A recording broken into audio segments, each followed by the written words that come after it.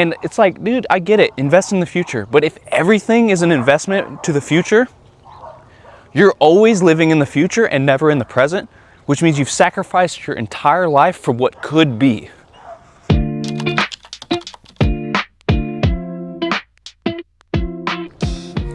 Good morning.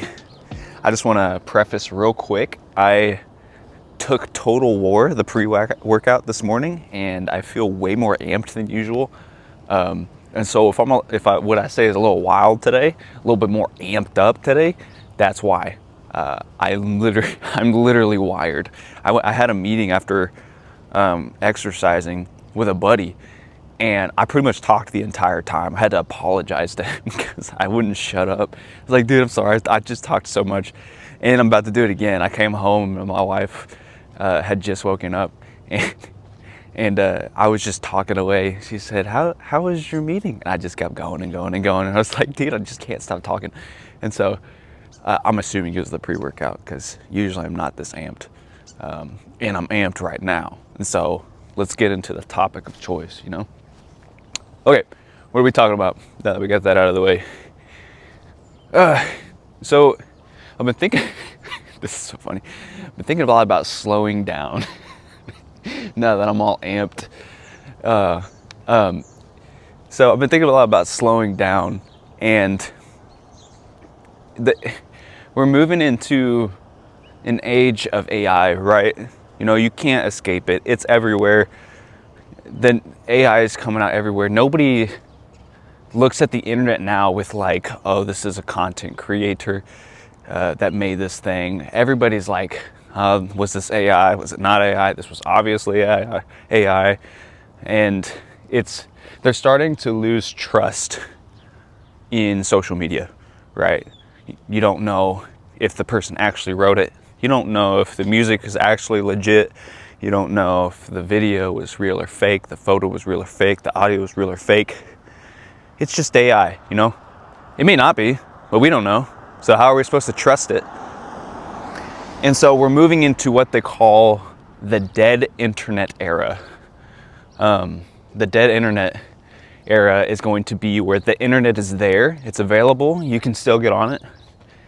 But since nobody knows what's real and what's fake, we're not going to go to it for reliability, right? You can probably get some information from it, but since it's so littered with AI trash, we're not going to go to it for things that like we'd stake our life on. And the reason I know this is because just the other day, I was talking to somebody, and they said that they had this app, and the app made music. And all you had to do to write the music was put in some words, choose the tempo, and then there's a small prompt. And the prompt said you just put in what you wanted it to sound like, you know, bluesy, R&B, you know, whatever the thing was, and then it would generate it for you. And the song was good. I mean, like, it was a good song. And the problem with that, like, if you're just doing it for fun, you know, you just want to mess around, that's cool. But the problem is you could buy the copyrights to the song and you could sell it as if you'd made it. And if you look it up right now, there's people online who are claiming to be musicians, but all they did was prompt the AI to make the song for them. That's like playing a video game and thinking that you're the game developer. It's not the same thing. You didn't make it. You just prompted it. You played the game, and the game did everything for you.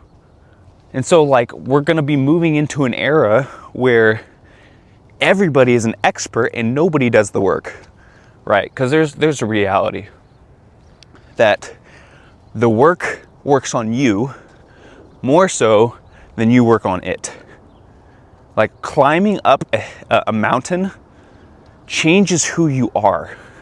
The ascent transfigures you. It changes your personality because the types of skills, the endurance, the discipline, the commitment, all of those things that it takes to craft, to hone your skills, you have to change to be able to develop those. And if you don't go through the ascent, if you don't go through the climb, Miley Cyrus, if you don't go through those things, you're not going to become the type of person that has those skill sets in your pocket, right? The inclination is going to be more and more so. If you check this out, hold on. I'm about to have to try to walk through these. I'm gonna do it. I'm just gonna actually hold on.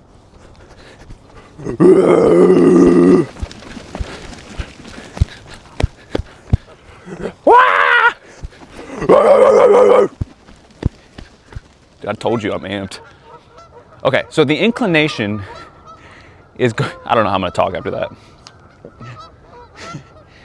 The inclination is gonna be, why would I do all the work and go through all the effort and put in all the time if I can just go to AI and have it do all of it for me?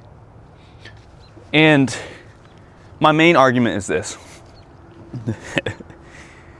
People go to the gym all the time because it's healthy.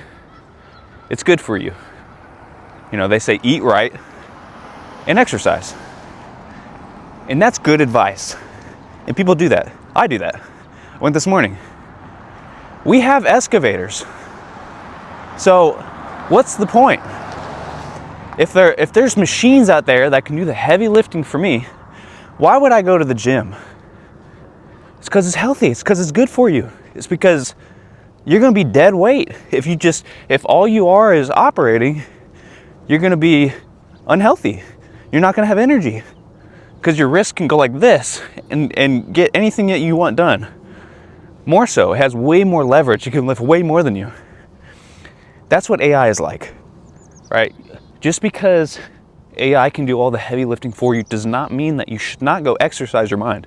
You should study. You should read. You should write. You know, you should do the graphics design. You should paint the painting. You need to do these things because the artistic expression is you putting yourself on the page, right? Reading the book is like, you're not reading the book. You're trying to find who you are inside of it. You're reflecting. You're relating to the author. You know, they're going to say things you're going to jive with. They're going to say things you're going to disagree with.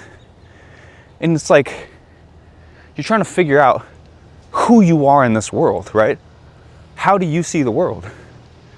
And if you just get spoon-fed everything and just assume it's correct, you don't figure that out because you don't do the work that it's like having a block, and the work is sculpting, and at the center of it is the David. It's the sculpture that is like you, and you're slowly chipping away. Every time you get up and you practice, you're slowly chipping away at the artwork that is you, trying to figure out what you look like, who you are, what is this molding into. And if you skip that process, all you got's a block.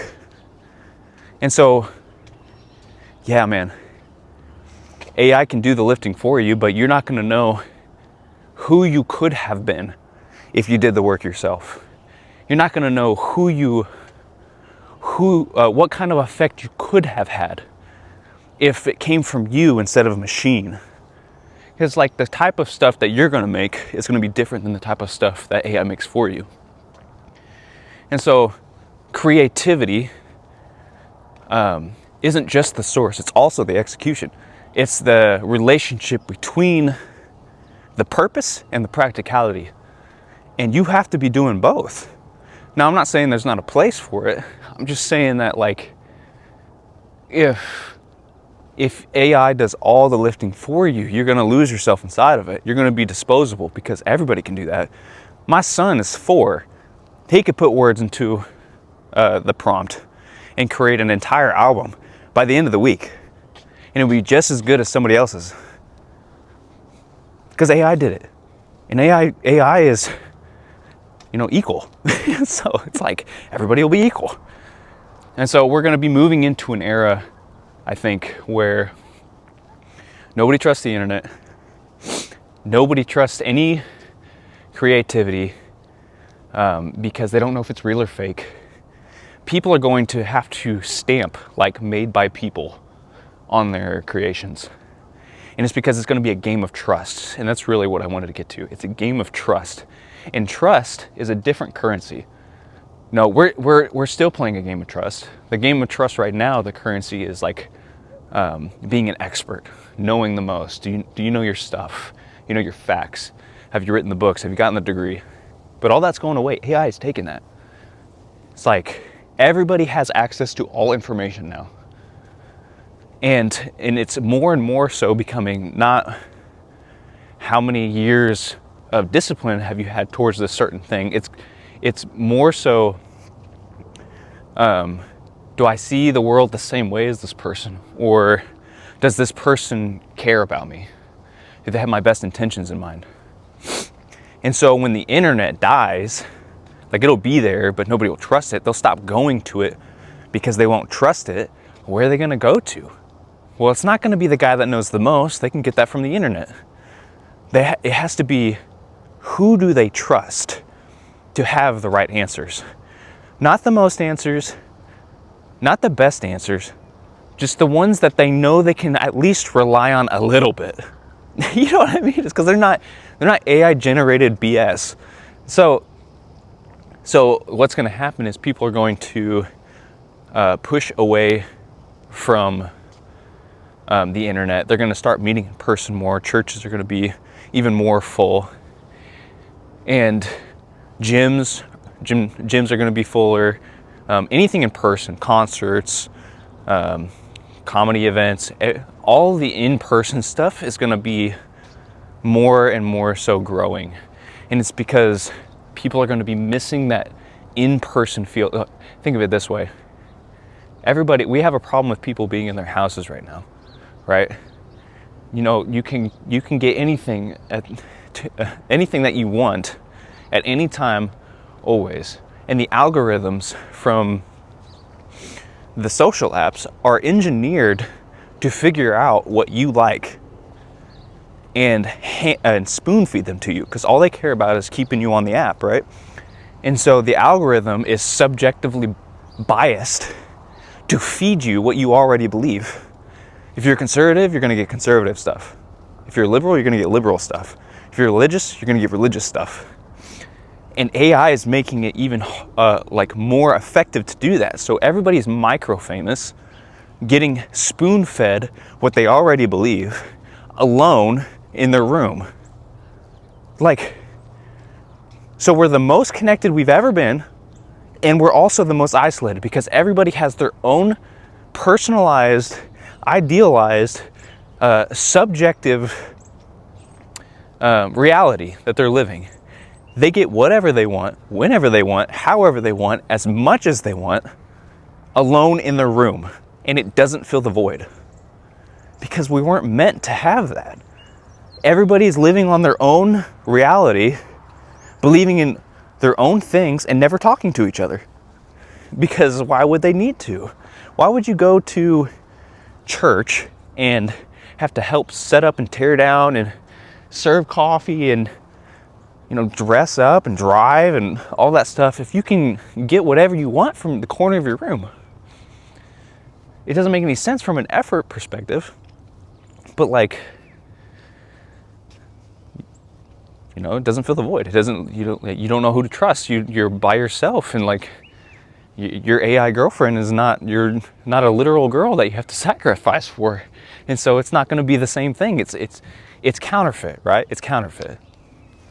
So we're going to be pushing towards real community. People are going to feel lonely. They're going to feel depressed. They're going to feel like, hey, I've gotten everything I wanted, and it's still not it. I'm craving real connection.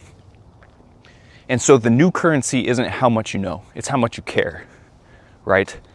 When everybody can get everything that they want, except real connection, you have to use the currency of real connection. And that's authenticity. That's, hey man, how you doing? And actually caring about what they say. That's like answers that come from love, not from fix yourself. They come from, grace and not from judgment. And we're lacking that right now. We're in a culture of fix yourself.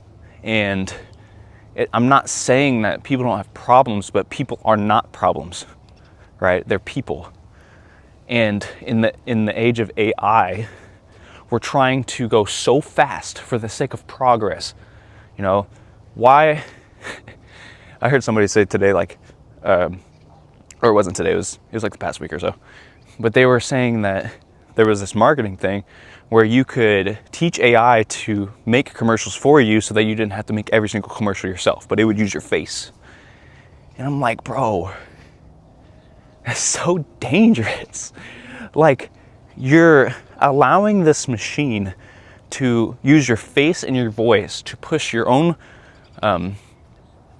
agenda at a faster pace than even you can keep up with. And it's like, it's not real. It's not real. Where is the realness? Like, I don't want to talk to a machine version of you because you don't have enough time to be there, because you're too busy making money. It's like, I want to sit down and have a conversation. I want to not think about time, not think about where I'm going, not trying to become somebody else. I'm not trying to make you become somebody else. I want to know who you are now and enjoy that like a cup of tea. It's like, why are we trying to go places?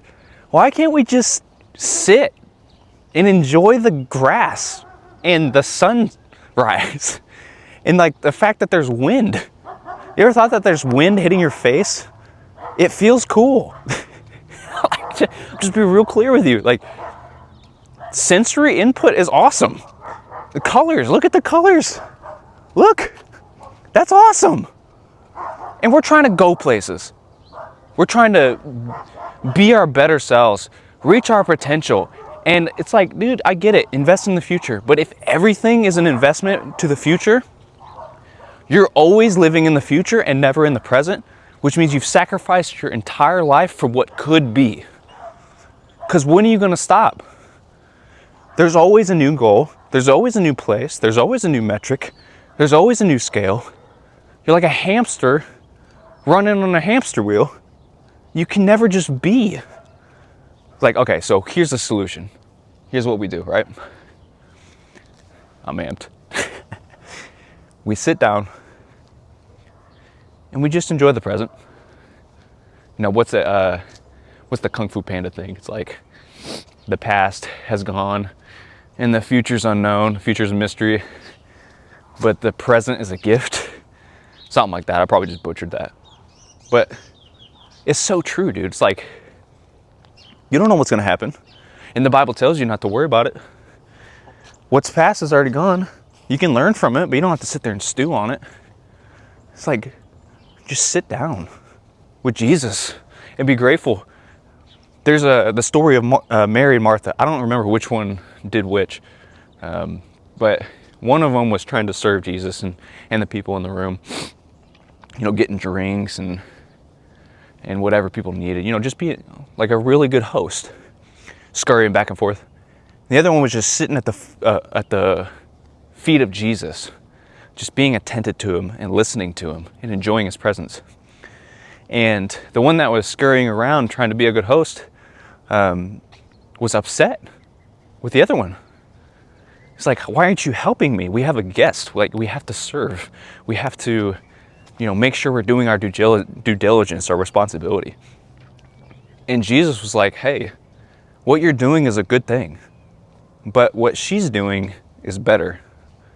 And the takeaway from that is like, yeah, dude, we got stuff to do. We got responsibilities. We got things that we need to take care of. But like, at the end of the day, what's the most important thing is sitting at the feet of Jesus and just being present with him. It's like, just listen to the man talk. You will become your best self, your potential self, who you were meant to be, the purpose that God has given you, by sitting at the foot of Jesus and listening to him. Like, don't look at the things about yourself that you're trying to fix. Don't look at like, who am I trying to be? Just look at Jesus. And you will naturally become that, because when you spend time with the creator of the universe, you're gonna change, dude. Like, he created the universe. You're not gonna be the same afterwards. You know what I'm saying? It's like, I'm not the same after I look at a sunset, let alone sit with the guy who created it. So I guess I just don't get why are we in such a hurry to go places? Why don't we just like sit down with Jesus, do the work that we're supposed to do, and just be good? Why are we trying to be fast? Why are we trying to go 100 miles per hour? For the sake of progress? Progressing towards what? Where are we going? Why can't we just enjoy life? You know, enjoy people. People are slow. People are messy. They're also awesome. So, I don't know. Hot take maybe. Nobody should ever give me pre-workout again. I want to be taking it though. I'm gonna take it, I think it's 5 times a week. I'm trying to work out 5 times a week. So you may be getting more amped up videos. I have no idea. All right, well, leave a comment on what you think about that. I might be wrong, maybe not. And I'm gonna go drink some milk.